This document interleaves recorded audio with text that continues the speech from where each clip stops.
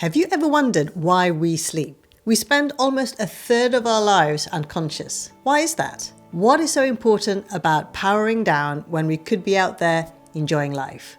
In this video, I'm going to be talking about the importance of sleep and stick right to the end to learn more about the tips and tricks you can adopt to get the best sleep possible. Hi, my name is Tasha Gandamihaja, here to help you navigate the world of health in general and breast health specifically.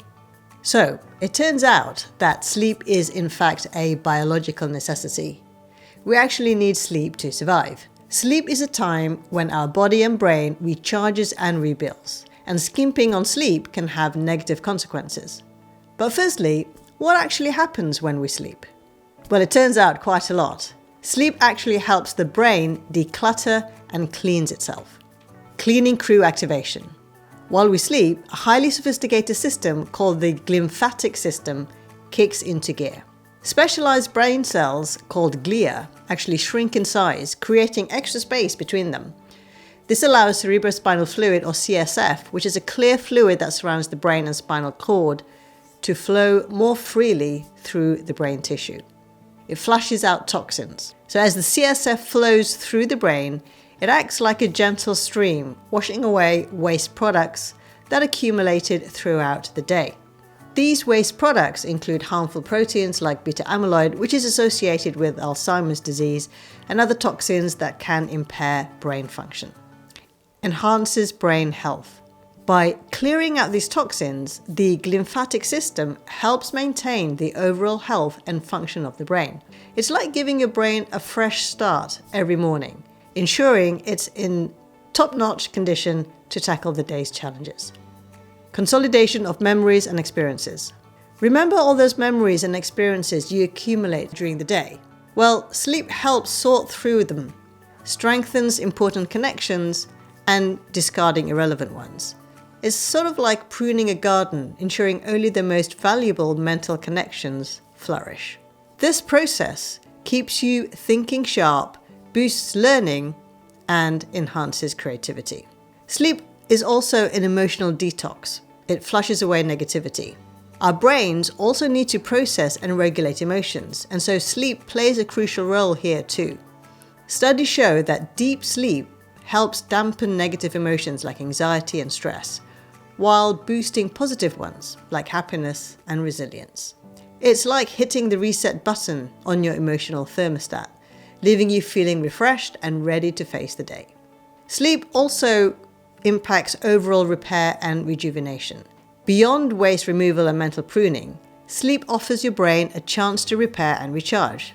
During sleep, cells repair damage, build new connections, and release essential growth factors. This cellular maintenance is crucial for optimal brain function and overall cognitive health. So, sleep is super important, not only for physical health, but also for mental health.